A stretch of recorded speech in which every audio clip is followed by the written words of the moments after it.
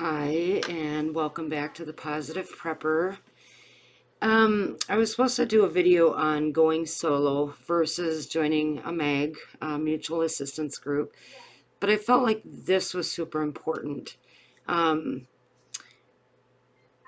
I'm going to talk about your mental and emotional health. No matter how prepared you feel you are, the mental and emotional toll that this last year has had on everyone, I think we can all agree was pretty unexpected.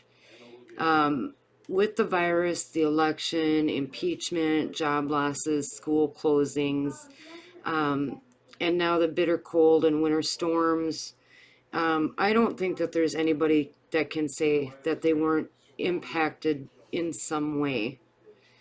Um, In prepping, being physically and resource prepared is necessary, but so is maintaining a healthy emotional and mental balance. So, here are some ways then that can help you, if you're struggling and if you're having a really difficult time. Um, First and foremost, reach out for professional help. If you're feeling suicidal, call a suicide hotline. Reach out to a mental health professional. There's reaching out for help in a time of need is a sign of strength, not weakness. So first and foremost, if you are really that down, that depressed, that overwhelmed, just seek out professional help, please. Next, we have to recognize and accept that things are not going to go back to normal.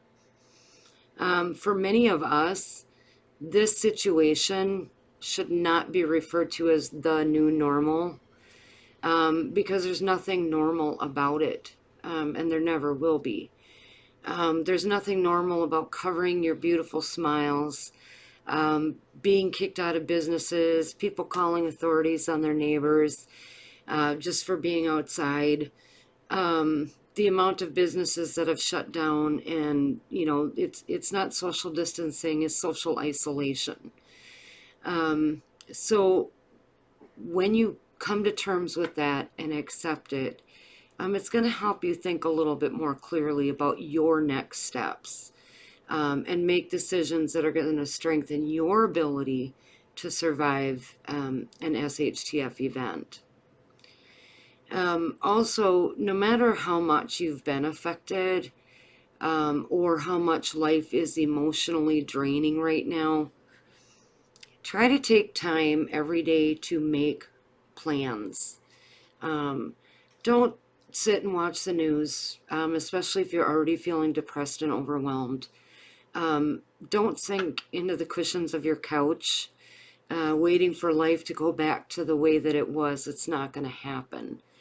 Now is the time where you can make positive changes, such as spending more time with your family. You can plan steps for preparedness. You can work on your home defense.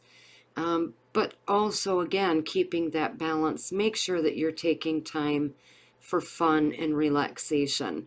That's also going to be very super important. Don't let all of this weigh you down. Find your outlets, right? Fill your soul. You can't control what's going on out there. None of us can, but we can control how we respond to it. Prepping is within your control. So doing things like setting a budget for preps each week, or learning a new skill, making positive use of your time that continues your prepping steps forward, without, again, getting overwhelmed or upset or feeling heavy because of all of it. Learn how to cook using simple ingredients. Cooking, like music, can be very therapeutic. In an SHTF event, you will have to know how to feed yourself and your family using very limited resources. So use this time to practice those cooking skills with limited resources. Pick out a few things in your pantry and Just work with it. Go with it. Don't write anything down. Just have fun with it.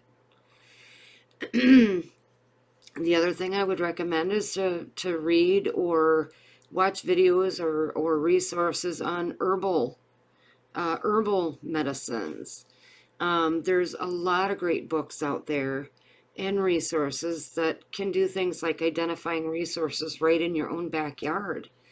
Um, Maybe you want to make your own medicine cabinet, right? With all of these natural things that you're not going to be able to get over the counter when things really get bad. So take this time right now just to kind of get yourself familiar with some of that. Know that there's thousands of other people out there that are feeling just like you. You are not alone in this. I know that it feels that way, and everybody experiences things differently.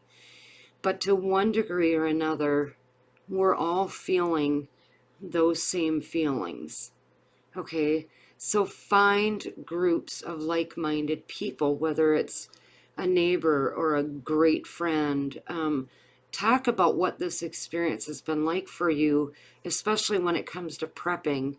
But not just your successes and the cool things that you learned, but also the challenges and how it has affected you emotionally and mentally.